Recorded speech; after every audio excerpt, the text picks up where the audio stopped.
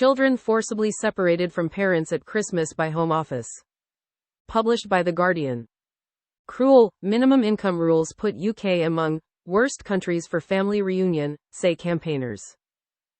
Thousands of children are facing Christmas with one of their parents stranded abroad due to the Home Office's restrictive visa policies, leading to charities calling the UK one of the worst countries in the world for family reunion.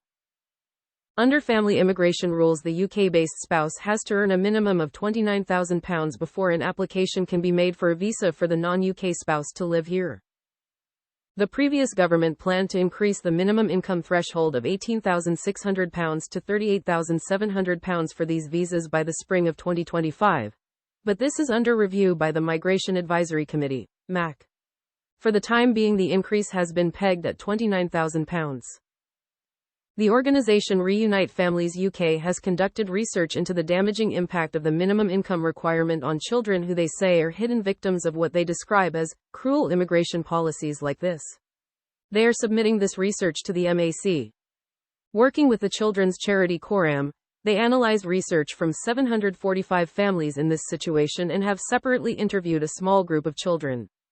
The research found that 67% of the separated families' children got to see the parent forced to live abroad less than once a year, with 85% of these families saying that the minimum income requirement was a barrier to family reunion. The research found that the policy has left families vulnerable to poverty and facing isolation and mental health challenges, with children feeling angry, confused, and distressed.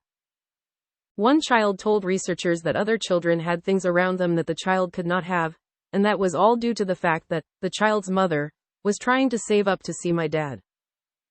One child was told at a tribunal by a Home Office official that their mother could take care of them by Skype, according to the research.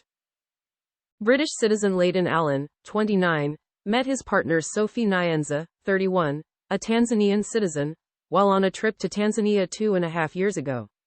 The couple fell in love and Nyanza became pregnant. Since then, the couple have been separated, apart from short visits by Allen to Tanzania to see Nyanza and baby Miles, as Allen cannot meet the minimum income requirement with his £12 an hour job in retail to allow Nyanza to apply for a visa. This policy is honestly destroying us. It's saying that only the rich can fall in love with someone abroad, said Allen. Sean, who did not want his surname used, a South African national, is forcibly separated from his British wife Jane. Jane grew up in South Africa after moving there with her family at the age of 5. They have been together for 18 years and have 2 children together, aged 10 and 16.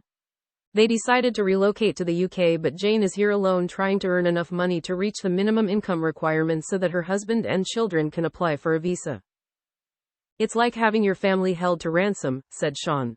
I'm trying to make Christmas the best it can be for the children who are here with me in South Africa, while my wife will be having her Christmas lunch alone in the UK without me or her children. I wake up at 2 a.m. worrying about the 40-odd pages of visa requirements.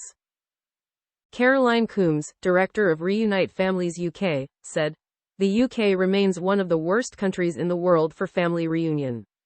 We urge the Migration Advisory Committee to listen to these experiences being shared with them and help ensure citizens and long-term residents of the UK and their children are no longer devastated by these cruel policies." Carol Homden, CEO of Coram, said, "For over 12 years babies and children have been cut off from parents by a stringent financial test for British or settled people sponsoring their partner to join them from abroad. It is high time that the impacts on children of this policy are properly reviewed."